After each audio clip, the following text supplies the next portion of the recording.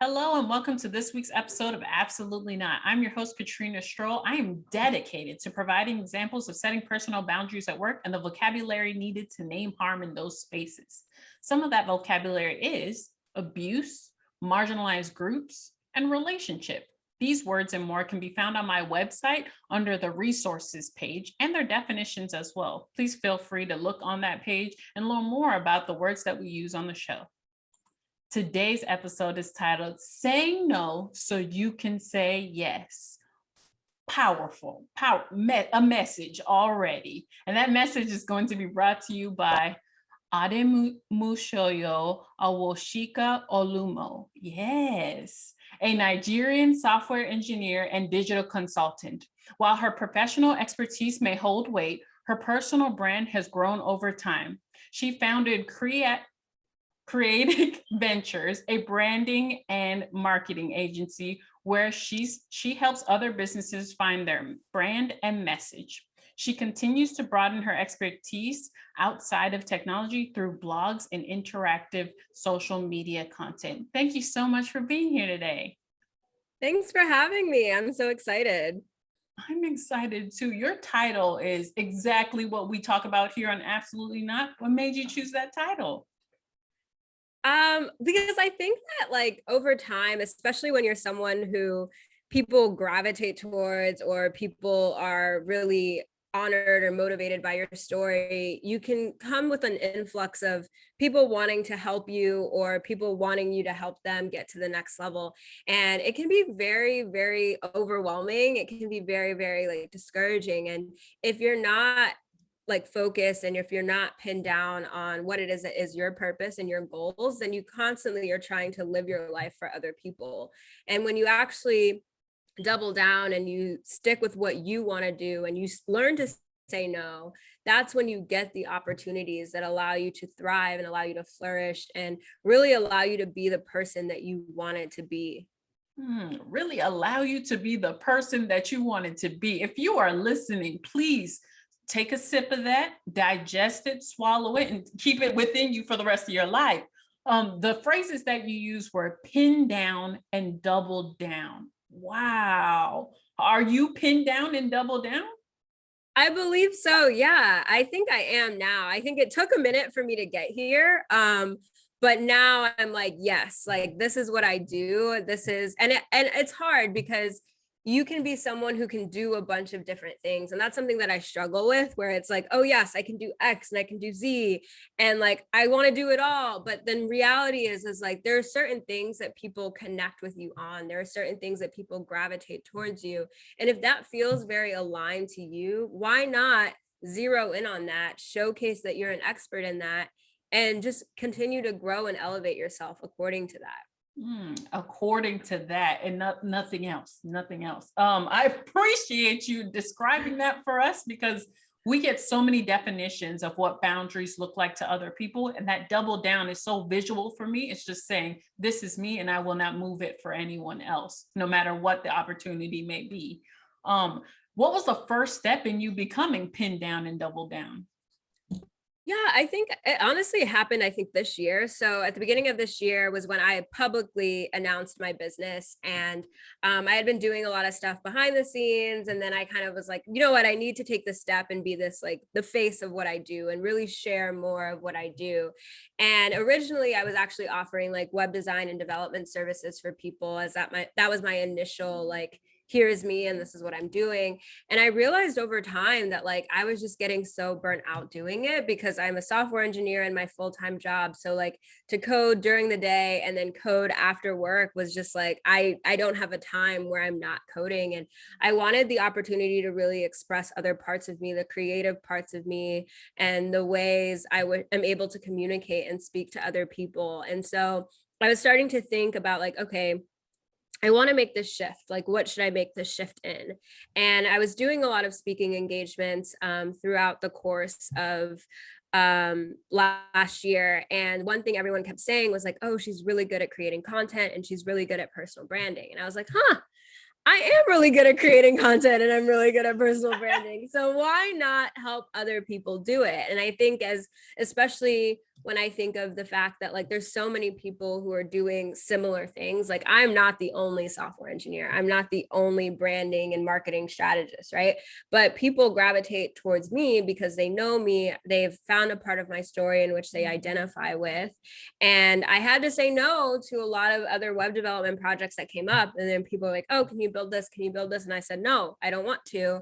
I'm not focusing on that anymore. And it's allowed me to really continue to build my business and create a structure within my business that can take people from one wherever they're at and then find a piece for them to hold on to and continue going. Oh my goodness, your story is inspiring. Do I want to be a software engineer? You know what? I will think about that on my own time. But the phrase that you use that is so very inspiring is the fact that you said your pivot allowed you to do more things. I think a lot of people are looking for somebody to allow them to do things, and you gave that allowance to yourself. What sparked that allowance, or were there people around you that kind of moved you forward? I know you mentioned people saying, hey, you're really good at that, but are there any specific people you want to shout out? Yeah, so I invested a lot and this year I invested a lot in learning of how to run a business because I felt like I was just doing a lot and I had no structure in terms of what I was doing. And I was doing some projects that had me up till like 5 o'clock in the morning. And I was like, I cannot do this again. Like clearly I have something going and I have a knack for something. And with the bare minimum that I was doing, it already led to sales, but I was like, we need to have some structure. So I really want to shout out Ari Hale. She has a program called Allergic to Hourly, which I'm a part of. And it's really allowed me to really kind of understand and really start to think about like, who is it that I want to serve and what clients do I want to do? And then another person I want to shout out that I worked with a lot this year is Charity Corinne, who's transitioned now into being like a life/human design coach. And she kind of gave me the thoughts to start thinking like, what is it that I want to do? And like, why do I want to do it? And that's when I was like, I don't want to do web design projects anymore. Like this isn't the way I want to grow my business. And I think also the universe, because even while I was thinking about it and thinking about like, oh, like, should I do it? I did get requests for web design projects and I didn't say no to them immediately. Originally, I was like, yeah, like I'll totally do this. Like, this seems great. Seems like a good opportunity. And then they just didn't pan out. And I was like, okay, this is a sign that I don't need to be doing this anymore. Like, it's like, I've told myself no, and now the world is like, no, like you really meant no. So don't try and like take anything else on. So, Oh my yeah. gosh. And those signs are they're so not disrespectful, but they're so apparent when they happen. They're very like, hey man, we already gave you signs before. Now we're definitely going to shut it down. So for anybody out there listening that are getting small signs, a big one is about to come and push you over the edge. But right. I love that you talked about the structure that you needed. And even though you found throughout building your own structure, you were missing pieces, you were able to reach out and find help to fill in those pieces. That's amazing. Is there any tips you would give people to, reaching out, like, or how did you identify those missing pieces? Yeah, I think you really have to do a lot of like self-awareness. I think the first thing you need to do is check your ego.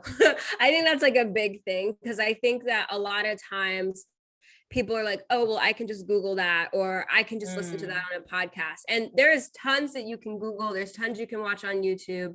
There's tons you can listen to online. But the reality of it is that you're going to get information overload. You're not going to be able to necessarily get it in such a way that allows you to necessarily take you. Like you're going to need someone who, especially when you're in it, you need someone to kind of allow you to oversee what's happening so that you can come in and be like more effective. So I think the first thing is like checking your ego, recognize that you don't know everything and that it's okay for you to ask for help because no one knows all the answers, but they at least know a little bit more than you. And then I think the other thing is really getting honest with like, what is it that you need? So when I was invested in getting a business coach, I was like, okay, I clearly have something going on. Like I know what I'm doing, but I don't have systems. I don't have a niche that I want to specialize in. I'm just going based off of like what people are coming to me for. And while that's great, at some point you're like, I want to get in front of that, and I want to be able to specialize, and I want to be able to showcase my expertise. And that's the part where you have to really get honest with yourself, and you really need someone who's going to help you, who can pivot it, or you can spend years just trying to figure it out by yourself. But that's going to get really discouraging, to be honest. Exactly. I love that you said you wanted to get in front of it. Though that's a lot of internal boundaries that you had to set with yourself and say, hey, this is too much to take on. We don't even know what the hell we do. Like, I don't know how to create these systems. And I'm sure somebody out there, for whatever budget we have in place, another internal boundary, can help me do this. Could you name off some of the internal boundaries you've had to set now that your business is kind of flourishing? Yeah, I think for me now, it's like, and we talked a little bit about this before. It's like, it's not about work-life balance anymore. It's really about work-life integration. And I think if you're constantly trying to strive for balance, you're just going to get frustrated, because nothing will ever be equal, right? Like, nothing that you do at any given point is going to be very equal, and it shouldn't be equal, right? Like, your happiness and your priorities should trump everything else above everything else that you're doing. So how do you make sure that that works? And I've even like that, for me, that looks like switching my business model up to where no longer am I doing like long-term, like one-on-one coaching practices. It's like, we will meet one day, and for that day you have my full attention for us to get everything that we need to get done, and then you're on your way to go implement and go do things. And I think that it's better for me, because it's like, I know that I can just dedicate one day, and I can continue to build my expertise in really optimizing and being more efficient within that day for other people as I continue to grow in my business. But it's also for like the clients and the people that I serve, like, realistically, they only have one day sometimes, where it's like they don't necessarily have the capacity to start meeting with someone one-on-one every week or every day. And that's okay. Like, you shouldn't feel bad because you don't have the time, but rather, what's fine. But I guarantee people can dedicate at least one day out of a month or within 90 days, the action that they need in order to start implementing and to start growing. So that's my thing. Oh my gosh. And while you were talking about your experience and the experience you've had with your clients, it's defining your own relationship with your work. It's defining your own relationship with the people you're bringing into your space. You have to define that shit yourself, or the people that come into your work are going to define it for you. You talked about how people were saying, oh, I want you to do this. And you're like, sure, fine, whatever. But that's not what you wanted to do. Man, that's good. That is good. So now that you are implementing boundaries left and right, what are your go-to phrases for implementing those boundaries? I'm very, what are my go-to phrases? I feel like for me, it's like, I was like, I need more structure. Like, that's like a big thing. Like, it's like, I'm very visual. I consider myself to be a very organized person, and I'm like, I need more structure. I need this to be planned out. No longer can I be the spontaneous girl who's like always doing stuff, because otherwise I have no time for myself. If I'm always running to go do certain things, then I like, where is me? Where am I at? And I think also just giving myself the time to really stop and reflect. Like, I feel like and I was describing this to one of my friends a couple of weeks ago, where it's like, I feel like I'm running a marathon, and I used to run, I trained for a half marathon, and I ran a half marathon about 2 years ago. And I remember when I was training for it, my goal was to be able to not walk the entire time while I was running. I wanted to be able to run the entire 13.1 miles nonstop. And I made sure that I could run at a pace where I wouldn't get too tired while I was running it. I mean, I was exhausted afterwards, of course, but at least during it, I knew that I had a pace where I could keep going to get to that next mile so I could get to the end. And I was just feeling like that. Like, I felt like I am running this marathon, and I'm going at a pace where I know that I'm not going to like burn out completely and get tired, but at some point I would like to stop running this marathon. You know what I mean? And you have to really like maybe you operate on like mini marathons, right? Like maybe you start with your first leg, or a triathlon of sorts, where you start your first leg and you're swimming, then you take a little break, and then the next leg you're running, and then you take a little break, and then the next leg you're biking and you take a little break. So for me, it's like, how can I structure how I think about things in a way that's longer than just month to month what I'm doing? So now I'm looking at things like quarterly, or really like 12 weeks, because it doesn't necessarily always fall at the end of a quarter, but in a way that I'm like, okay, this is what I'm doing, this is how this went, this is how it didn't go, and really just start to build the systems in a way, and like really just integrate like friends and family and personal life in such a way that just it all feels balanced. And if that means that I'm like, I'm not going because this does not fit within what I had preset, then that's just what it has to be, because I have bigger goals and I have to focus on my goals above everything else. Oh, and she said integration again, y'all. She said it again. And I love that she said it again, because the balancing act, it gets tiring. If you are balancing something, eventually you're either going to have to put it down, or you're going to fall and drop everything. So yeah, the balancing act, that model that they created a few years ago, work-life balance or whatever, it does not work anymore, especially with everything going on currently.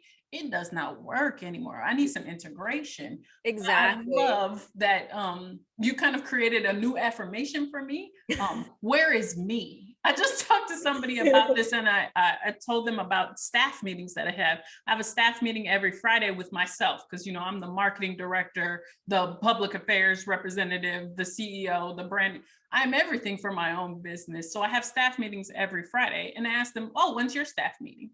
And they're like, "Oh, I don't do that. I don't ever talk to myself outside of like running the marathon."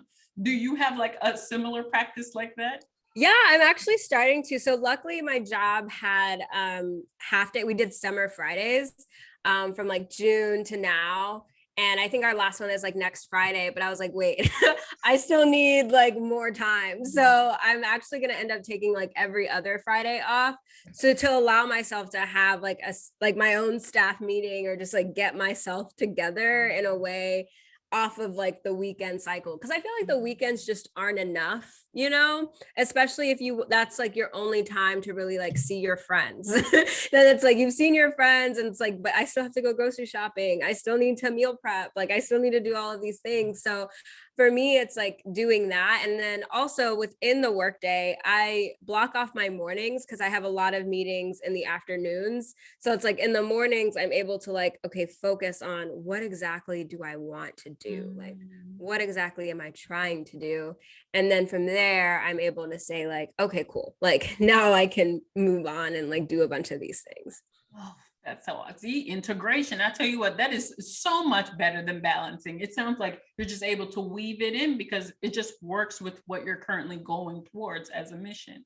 While you're trucking along on your mission, have you seen other people set boundaries with you? Yeah, I have. So I have like a couple contractors that help me out with a lot of building what is my brand as well. And sometimes they'll say like, hey, like I can't do this right now, or I'm busy with this right now. And I respect other people's boundaries. If you let me know, like I'm one to be like, okay, cool. Like I'll figure it out. We'll work it out in such a way, because the last thing I want, especially as I'm running a company and I'm a leader, the CEO of my company, is for people to feel resentful, for people to feel like they don't have a voice, or they're not able to do stuff. Now, you can say what you want to say, and that doesn't necessarily mean that we'll be able to come to an agreement, but I'm not going to diminish however you feel and however you want to have things done. That's like my thing. Oh my goodness. That if you are a leader listening to this, please take that into your next leadership meeting. You can say whatever you're going to say, and it does not mean we will come to an agreement, but I will not diminish how you feel and how I made you feel, especially if you caused harm to the other person. Yes, if that wasn't your intent to cause harm, you did it anyway, sis, bro, fam. So you need to take ownership of that. Yeah. One of my biggest like core values is really accountability. And it's not just like holding other people accountable, it's really holding yourself accountable, acknowledging what did you do? What have you done? and how can you improve, and really taking a good look at like what happened and what's been going. And so you have lessons that you've learned. And I think that maybe that's a level of self-awareness, but like I think just being accountable. I think the frustrating thing I think I see in leadership in general is people don't want to hold themselves accountable. People don't want to admit that they were wrong or they said something incorrectly, or and it's okay to change your mind when you have more information, but at the very minimum you need to acknowledge that you didn't have all the information and now you have more information, and going forward this is how you're going to be. And going forward, this is how you're going to be. And I think you said lessons learned. A lot of people believe that their lessons have been learned. They don't need to learn no more lessons. I am at a certain age, or I am at a certain point in my career where I have learned all the lessons and I don't need to learn anything else. What would you say to those types of people? I would say that they need to take a look at themselves, because the reality of it is like, I think about like how many full circle moments that people have. Like it's like, oh, it's like it's come back full circle. And then I started thinking like, how many full circle moments have I had? And sometimes you're like, well, I don't want to repeat the circle again. But sometimes you need to. Sometimes you need that constant reminder of like, this is how I went it. And you might get through the circle a lot quicker because you've already been there. But to go through leadership or go throughout your career and not take a good look at yourself and really understand like what you've done, whether good or bad, is just really in poor taste of yourself and the people that you're trying to motivate and empower. Because I think that as you grow as a leader, it's not about you to do everything, right? It's about empowering other people to do more than what you could do by yourself. And if you don't have this going, if you don't have that relationship with people, if people don't trust you, then how are you going to expect them to actually do things in the way that you want them to do them? I love that you used the word trust, because this is how trust is built. The ability to advocate for myself in a space, and you take on that advocacy and say, okay, that is now my advocacy as well. I will continue to implement processes so you feel safe in this space. And so our healthy relationship is built around trust. Have you ever been in a situation where you weren't able to build a healthy relationship, where your boundaries were crossed with somebody in your leadership team? Yeah, definitely. I had one of my old managers actually who, like, now that I look back on it, I'm like, there's definitely some like racial bias and things that, because that's someone told me, it was like, if it doesn't make sense, it's probably racism. And I was like, oh, okay, cool. And so I just think that like that was a moment where I just didn't feel like I was being heard. I felt like I was running ragged and like doing my best to constantly prove myself and feeling like I had to work better and harder than everyone else, which I do think as a Black woman, like that is still true. Like, I don't think that that goes away, but also at the same time, like you need that acknowledgement. And I wasn't getting that acknowledgement. In fact, I was not. And like when I was looking at it, it's like, why am I putting all of this effort when I could do the bare minimum and you're going to treat me the same way, either way? And for me, I'm not one. I think there's one thing about me when it comes to like managerial relationships and things like that. Like, I don't have a good advice in terms of like, I leave. I am a big proponent of, I gotta go. And I'm going to find a place where I'm going to be supported. I'm going to be advocated for. I'm going to feel like I'm in an environment where I can thrive. And I know my value and I know my worth, and I'm not going to back down on that. So I think that for anyone who is listening who feels like they're not being heard or they're not being supported, I really want to encourage you to try your best to find your exit plan. It doesn't have to be like, don't quit tomorrow. If you can't quit tomorrow, don't do that. Don't do that. I did not tell you to do that. But I am telling you to figure out your exit strategy and really actually act on your exit strategy and not just play exit. Like you gotta commit to wanting to do that. Right. Oh my gosh. Thank you so much for being so transparent in your journey and your abilities at this point in your journey. We talk about it a lot, how I did not have the vocabulary I needed when I was in those toxic environments. So I would just be like, okay, I'm not going to deal with this. I'm not going to have this conversation because I know that this is wrong, but I don't feel like justifying or having it. When you get to a point where you have those boundaries and those and that vocabulary, then you'll be able to have those conversations, everyone out there who's listening. But if you're not, go ahead and make that exit plan.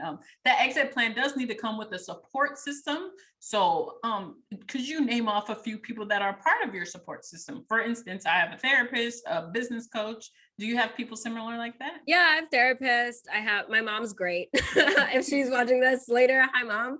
But I do have a therapist. But I have a really strong family. I have really strong friends, and they just, anytime that I'm feeling very like lonely or frustrated, even if they don't really, because a lot of, like, I'm like the only software engineer out of my friends. I'm also like one of the few people who also run a business at the same time, so they might not actually know exactly what's all going on or what's going on, but at least they're there to listen. At least they're there to really challenge me, and at least support me in the way I need to be supported. So yeah, I'm very thankful for my support system, and that's a part of the integration as well, is making sure that I'm giving back within that support system to be supportive towards other people. Tell you what, I have so many new words from this episode. I have the word integrate. I have the word marathon. I know these are not new words, but like now I can use them differently in my life. This is going to be amazing growth. I appreciate you sharing that with us.